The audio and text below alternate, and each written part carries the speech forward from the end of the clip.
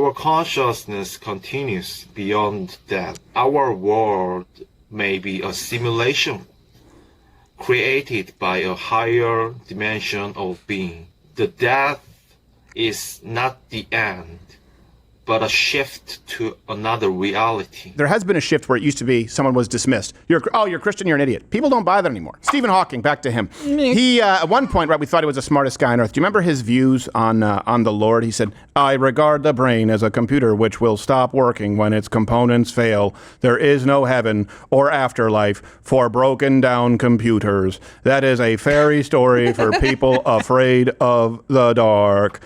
Well, now, officially, the world's smartest man, yes, he's Asian, Jung-Hoon Kim, has declared that he is a Christian and that there is no other possibility logically. So as the it sounded a lot like Stephen Hawking. As the world's highest IQ record holder, I believe that Jesus Christ is God, the way and the truth and the life. His IQ is verified at 276. Wow. I don't even know how that happens. It doesn't. It's a bunch of horse shit. It's been verified. Oh, come on. The Jews are the smartest. And the Asians are great at verifying things. They are. They're great at taking our things and improving upon them or stealing them. But it's okay. The Koreans are mostly good, unless it's bad Korea. So here's a clip from Kim in April that has recently resurfaced him discussing, unlike Stephen Hawking, the afterlife and making a case. In this video, I would like to share my idea, my thoughts about afterlife. I think our consciousness continues beyond death. Oh, no. Definitely. Science says that when the brain stops, then our consciousness disappears. You believe this now, but quantum physics says that information never disappears. Never. Some scientists and philosophers believe that our world may be a simulation created by a higher dimension of being, which I believe. If this is true, then the death is not the end, but a shift to another reality.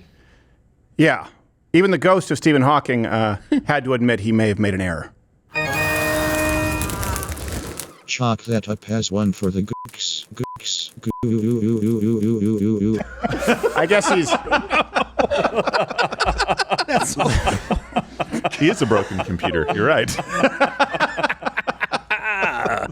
Goodbye. I love how effectively this whole thing was a setup for that one bit that you're like, it's all right. Worth it, man. Now, here's the thing. I have noticed this for sure. I've talked about this, and please, you can comment if you've seen this shift. Back in 2006, when we started on YouTube doing non-political videos, my brother and I, but 2008, 2009 is when I started doing political videos. There were no Christians. It was one of those things. You were a corny old boomer. They weren't saying, okay, boomer back then, if you were a Christian, and the next generation was going to be atheists. Humanity and society had progressed beyond it. And then I started noticing that shifting with people who were liberals who became sort of Christian sympathizers, saying like, I'm an atheist, but I also understand how you can't fill that vacuum in Western civilization with nothing. Otherwise, you end up with something stronger, like Islam, for example, or communist, Marxist ideology responsible for more deaths than any other ideology throughout the history of man. And now I see it as something where a lot of people acknowledge it. Actually, logically and historically, when you add it all up, there's a very strong case to be made, and more people are coming to the faith through logic, coming to it through these multiple steps. I mean, I remember being on Joe Rogan, and he asked me about the fictional guy who never existed, Jesus Christ. I was like, let's not do this, Joe. And now he's talking about how he goes to church. Even that transition, at one point we assumed it would happen as people got older, but I'm seeing it happen younger because it's not two camps of intellectuals and Christians.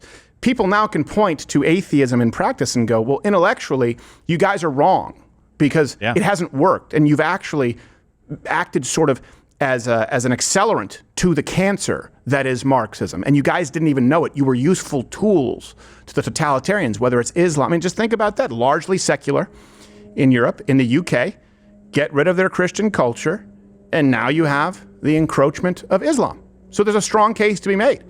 it's just surprising to hear, a Korean, good Korean, make it. Good Korean and very smart. I like it that very smart, scientifically minded people are making this argument, because for a lot of history, the church thought that science was going to kill God, right? That if you started to be able to explain the natural universe around you, you could explain away God. And I never really understood that, because I thought, well, don't you understand? Like, it is actually going to point out how incredibly amazing and how finely tuned things are, to the point where you can actually look at it and go, this makes the case for God existing, so that these things actually exist and happen. Right. A lot, at least at the very least, I would say on the same level. You can make that argument. It's not going to go like, oh, we've proven everything. You haven't. Well, if nothing else, the smartest man on earth saying that, it removes it. Remember, people always say, oh, you're a Christian. Oh, you need that crutch? It's like, right. All right, okay, tell it to the smartest man on earth. Sure, he looks like an old lady, but that's not relevant. And he's not very much fun at parties. No, he's not very much fun at parties. Smartest guy in the world is saying that. So did Gallagher, the comedian. So, I mean, There you he's go, the dumbest guy in the world. So, yeah, well, I do like it when he both things smashes the covered. watermelons. It still catches me off guard every time. He goes, Jesus is Lord! That his brother I don't know stole his where hat. I stand. I don't know if I can say that on the show, but anyway. No, I understand. Look, I understand people come, but there has been a shift where it used to be someone was dismissed. You're a Christian, you're an idiot. People don't buy that anymore. You sure? Yeah, it's definitely not a thing. On They the go, Upper West Christian, Side of moron. Manhattan? Yeah, well, they think everyone's an idiot, and look how it's worked out for them. So that's the point, is the rest of the world goes, oh, yeah, that's right. The intelligentsia, the atheists, agnostic, right? How's it worked in New York? How's it worked in California? How's it worked in higher education? How's it worked in Europe? Hey, how's it worked for all of these, Scandinavian, Norwegian countries, the most godless countries on earth, as far as how their cultures are being overrun and overtaken? You can look at the practical. You can look at data and go, okay, even if you don't believe in a higher power, we now know the results by removing a belief in that and replacing it with nothingness. Something else fills that void.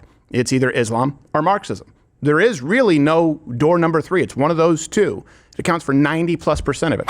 Oh, you're still here, which is a miracle in the age of Instagram and shorts. I think you have some shorts up there.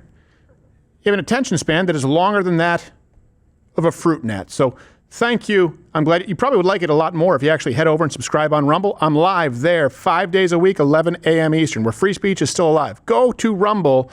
Get off the social media ghetto that is YouTube, with a lot of homosexual activity here on YouTube. There may be some on Rumble, but I haven't seen it.